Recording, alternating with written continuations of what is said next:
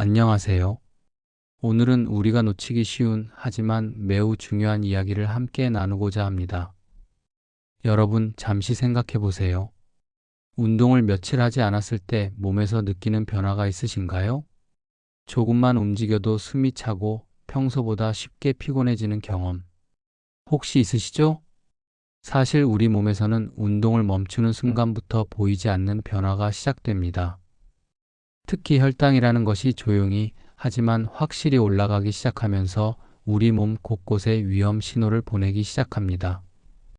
오늘은 이런 변화들이 구체적으로 어떻게 나타나는지, 그리고 왜 중년 이후에 더욱 주의해야 하는지에 대해 차근차근 살펴보겠습니다. 첫 번째 변화, 에너지와 피로감. 자, 가장 먼저 느끼게 되는 변화부터 이야기해 볼게요. 운동을 하지 않으면 혈액 속에 있는 포도당, 즉 당분이 근육으로 제대로 흡수되지 않습니다.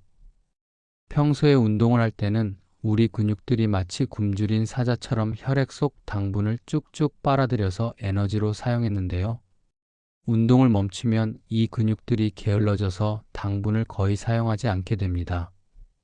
그러면 어떻게 될까요? 혈액 속에 당분이 점점 쌓이기 시작합니다. 그런데 아이러니하게도 당분이 많아질수록 우리는 더 피곤해집니다. 왜냐하면 이 당분들이 에너지로 효율적으로 바뀌지 못하기 때문이에요.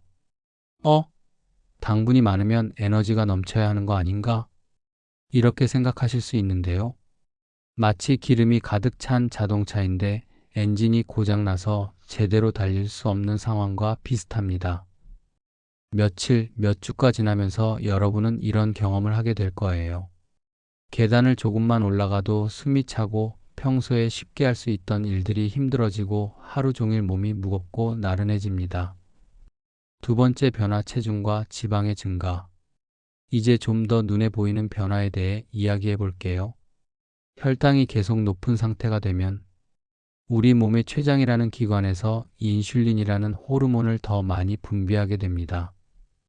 인슐린의 역할 중 하나는 남아도는 당분을 지방으로 바꿔서 저장하는 것인데요. 특히 배 주변, 즉 복부에 내장 지방이 쌓이기 시작합니다. 여러분도 아시겠지만 나이가 들면서 배가 나오기 시작하는 것, 이게 단순히 나이 때문만은 아닙니다. 운동 부족으로 인한 혈당 상승이 주요 원인 중 하나예요.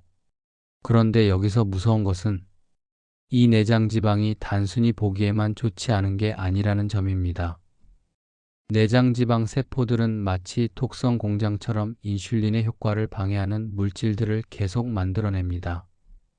그러면 같은 양의 인슐린으로는 혈당을 낮출 수 없게 되어서 췌장이 더 많은 인슐린을 만들어야 합니다. 결국 이런 악순환이 만들어지죠. 운동 부족, 혈당 상승, 복부 비만, 인슐린 저항성 증가, 혈당 더 상승.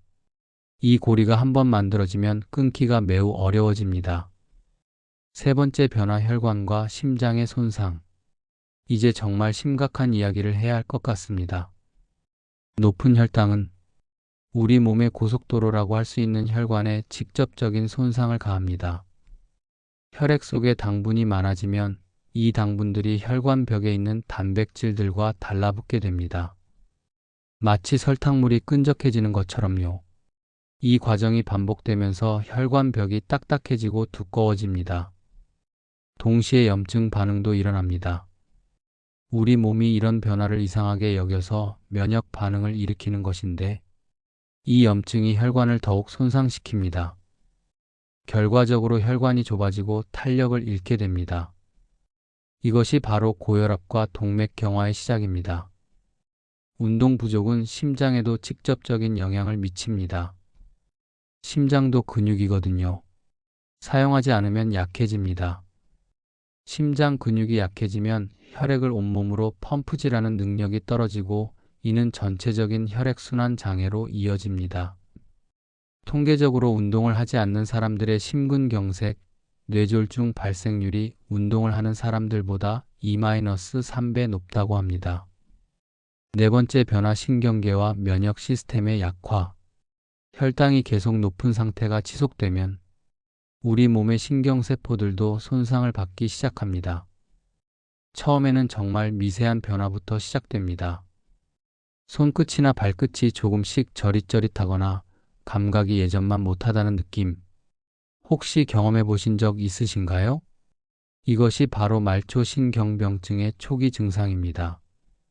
고혈당이 신경을 감싸고 있는 보호막을 손상시키고 신경세포 자체에도 독성을 가하기 때문입니다. 방치하면 점점 심해져서 손발의 감각이 크게 둔해질 수 있습니다. 면역 시스템도 큰 타격을 받습니다. 적절한 운동은 우리 몸의 면역 세포들을 활성화시키고 만성 염증을 줄이는 역할을 합니다. 하지만 운동이 부족하면 면역력이 떨어져서 감기나 다른 감염성 질환에 쉽게 걸리게 됩니다. 더 심각한 것은 만성 염증 상태가 지속된다는 점입니다. 이는 암, 자가면역 질환 등 각종 질병의 발생 위험을 높이는 요인이 됩니다. 다섯 번째 변화, 정신 건강과 인지 기능의 저하. 마지막으로 아마 많은 분들이 예상하지 못했을 변화에 대해 이야기해 보겠습니다. 운동 부족과 높은 혈당은 우리의 뇌에도 직접적인 영향을 미칩니다. 뇌는 우리 몸에서 가장 많은 에너지를 소비하는 기관 중 하나입니다. 그런데 혈당 조절이 잘 안 되면 뇌로 가는 영양 공급이 불안정해집니다. 높은 혈당이 뇌 혈관을 손상시키기도 하고요. 그 결과 집중력이 떨어지고 기억력이 예전만 못하다는 느낌을 받게 됩니다. 내가 왜 이렇게 건망증이 심해졌지? 이런 생각 해보신 적 있으시죠? 운동 부족은 우울감과도 밀접한 관련이 있습니다. 운동을 할 때 우리 뇌에서 분비되는 엔도르핀, 세로토닌 같은 기분을 좋게 만드는 화학물질들이 줄어들기 때문입니다. 그래서 운동을 안 하면 자꾸 기분이 다운되고 스트레스에 대한 저항력도 약해집니다. 장기적으로는 치매와 같은 인지 기능 장애 위험 요소가 되기도 합니다. 여기까지 들으시니까 어떠세요? 좀 무섭죠? 하지만 여러분께 전하고 싶은 가장 중요한 메시지가 있습니다. 이 모든 변화들은 되돌릴 수 있습니다. 네, 정말입니다. 연구 결과에 따르면 하루 30분씩 꾸준한 걷기만으로도 혈당 조절 능력이 현저히 개선됩니다. 단 몇 주만 해도 눈에 띄는 변화를 경험할 수 있어요. 운동을 시작하면 근육들이 다시 활발하게 당분을 흡수하기 시작합니다. 인슐린에 대한 민감성도 높아지고 혈관 건강도 서서히 회복됩니다. 심장 기능도 개선되고 면역력도 강해지고 기분도 좋아집니다. 가장 중요한 것은 완벽하지 않아도 된다는 점입니다. 처음부터 무리할 필요 없어요. 엘리베이터 대신 계단 이용하기, 한 정거장 먼저 내려서 걷기, 저녁 식사 후 10분 산책하기. 이런 작은 변화부터 시작하면 됩니다. 마무리하며 오늘 우리가 나눈 이야기를 정리해 볼게요. 운동을 하지 않으면 혈당이 조용히 올라가고 그 결과로 우리 몸은 다양한 변화를 통해 경고 신호를 보냅니다. 에너지 부족과 피로감, 체중 증가와 복부 비만, 혈관과 심장 건강 악화, 신경 손상과 면역력 저하, 그리고 정신 건강과 인지 기능의 문제까지. 하지만 기억하세요. 이 모든 것들은 되돌릴 수 있습니다. 건강은 하루아침에 잃어버리는 것도 아니고 하루아침에 되찾는 것도 아닙니다.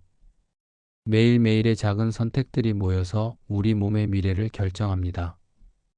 오늘부터라도 간단한 운동을 시작해 보시는 것은 어떨까요? 여러분의 몸이 보내는 신호에 귀 기울이시고 건강한 변화를 위한 첫걸음을 내딛어 보시기 바랍니다. 작은 걷기 습관 하나가 여러분의 혈당을 지키고 건강을 지키는 첫걸음이 될 수 있습니다. 여러분의 건강한 내일을 응원합니다. 오늘의 이야기는 여기서 마치겠습니다. 들어주셔서 감사합니다.